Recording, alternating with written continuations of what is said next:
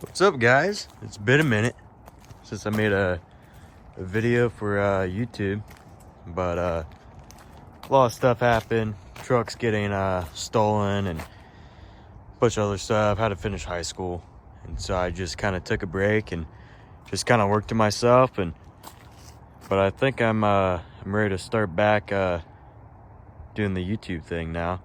So I've done a lot to this thing since you guys have last seen it, and I'll show you everything I've done to this truck and how I achieved to get that truck too, on top of building this one.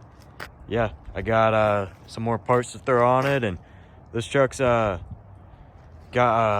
some big changes to it, and that's a clue for one of the big changes that's happened. But yeah, and in the hood stack too, that's a good change too.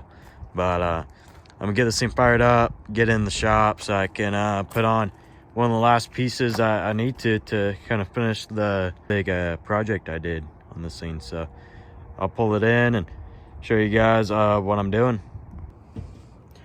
Yeah, that's why I put a cover on it. Don't want that in the exhaust at all. Oh, Jesus Christ. Gotta get this thing started. Hasn't started all day.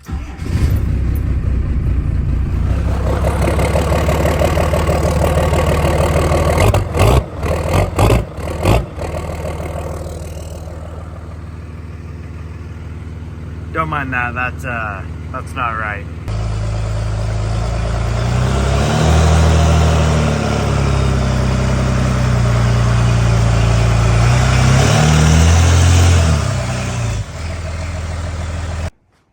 Alright, so now that I have it in the shop, I can kind of go over what I've done since you guys have last seen this truck. And I ended up doing 18-inch leaf springs with the 6-inch drop bracket for 24 inches of lift in the front. And then I did the rear lift. I did, I think, 18 inches in the back, so it's got a little bit of lean, but nothing too crazy. I did the fast fuel system, the 240, way overkill. I did, let me jump up here. I did a full Cummins swap too while I was gone. And yeah, no, I did the fast fuel system in the lift, and it decided to blow a head gasket. And I was sick and tired of that thing breaking down all the time. So I just bit the bullet and did a full 12 valve swap, and now I know it's gonna start every time, so that's always nice. Just some powder coating the valve covers and whatnot. That swap took me about 3 months to do. I did some more powder coating for the steering stabilizer. Yeah,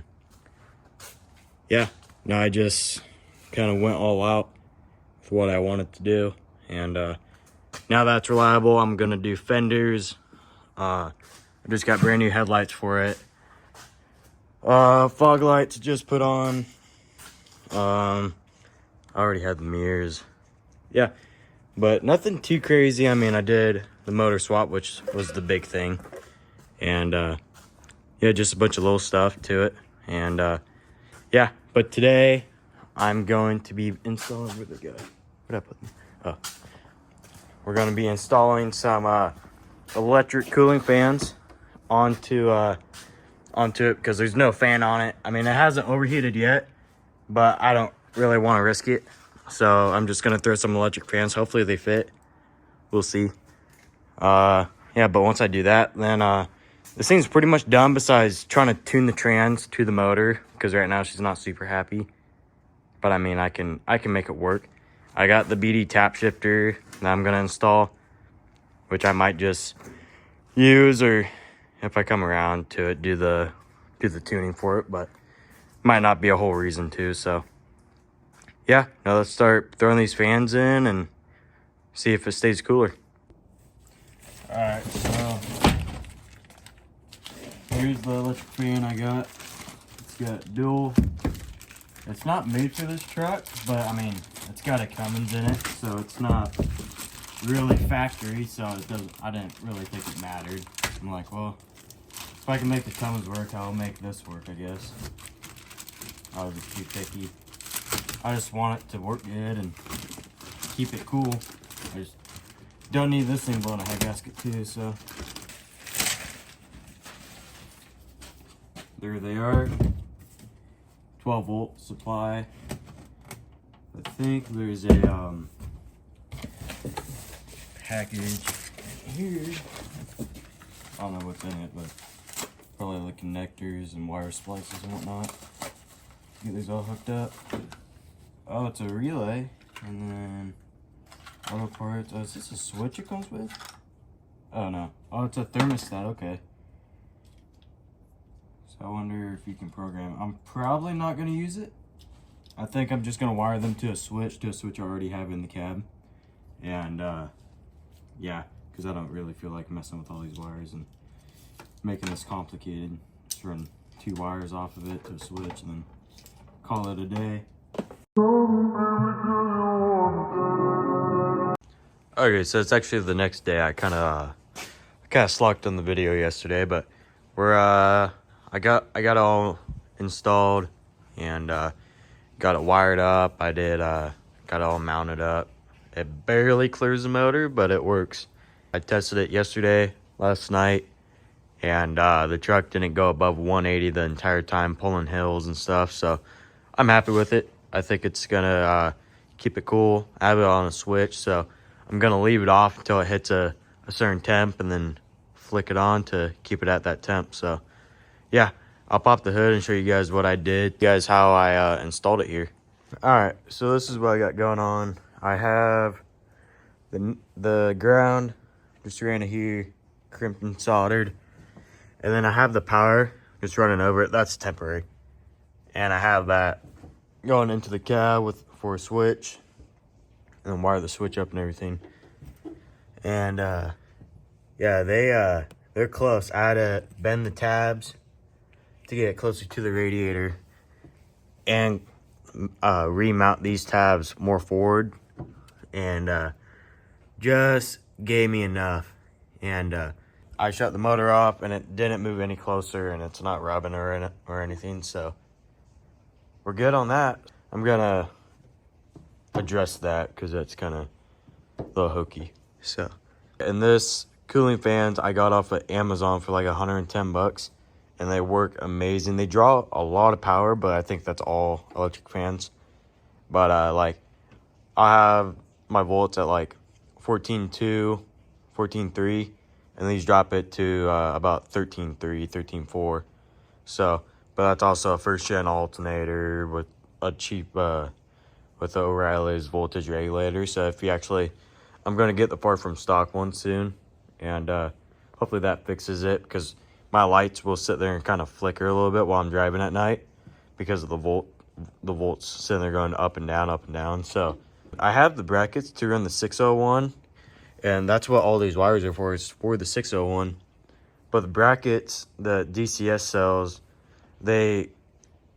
it comes out just a little bit farther, and I ran that for like a couple days, and I was already putting like stress lines and cracks in my belt, and it was like almost impossible to get that belt on.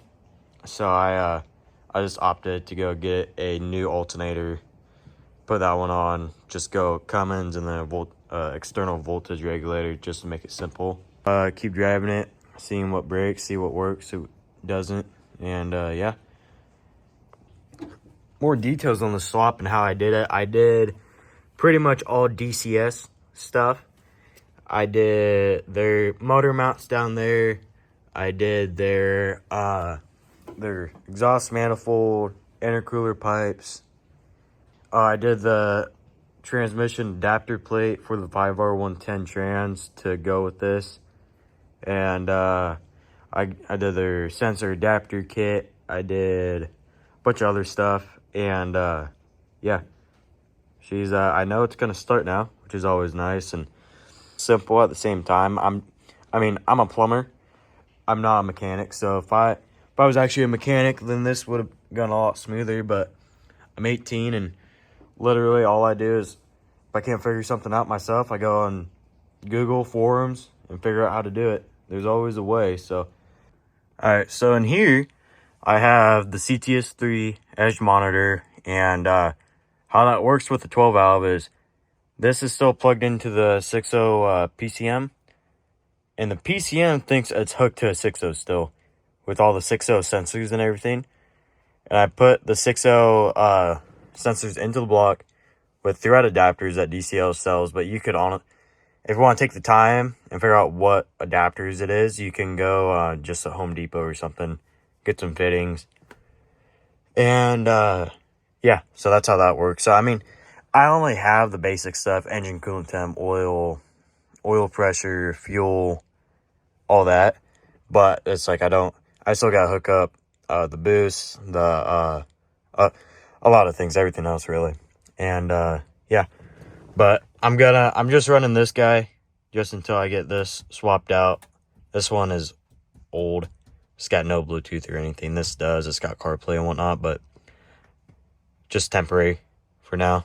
Yeah, actually, I put this. So this thing, I had the BD tap shifter installed. Perfect. Everything was working. But in this, you can do manual lockout.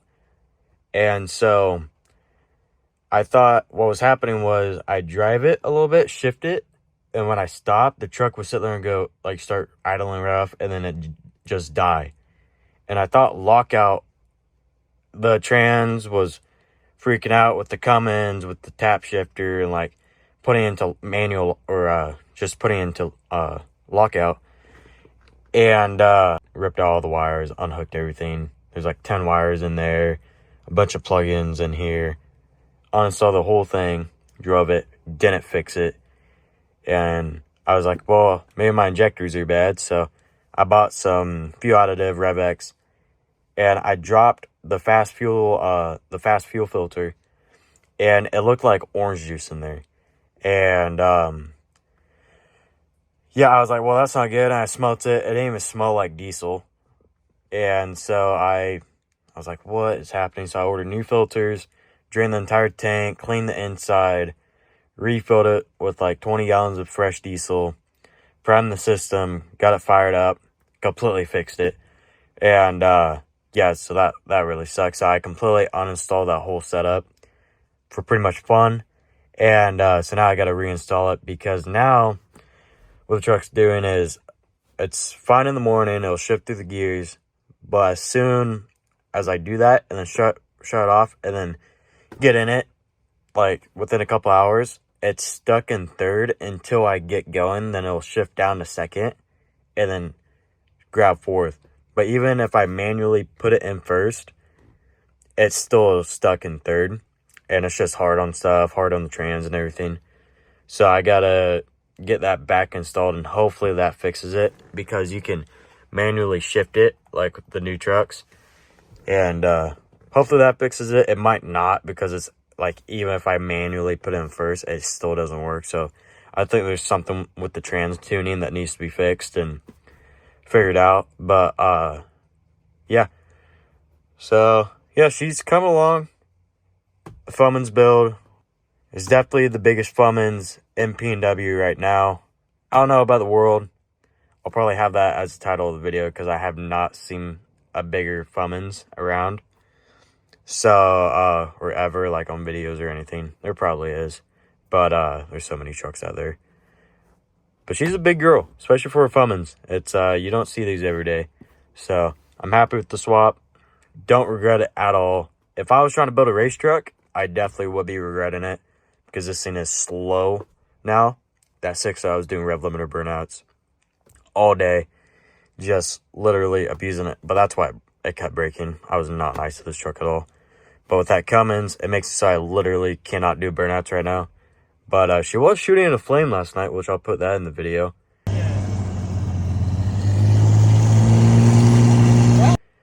And yeah, but she's not fast anymore, but she still rolls coal, gets gets me where I'm going, and I know it's gonna start because how simple these are. If it doesn't start, I know I can fix it. It's like that 6.0. It wouldn't, if it didn't start.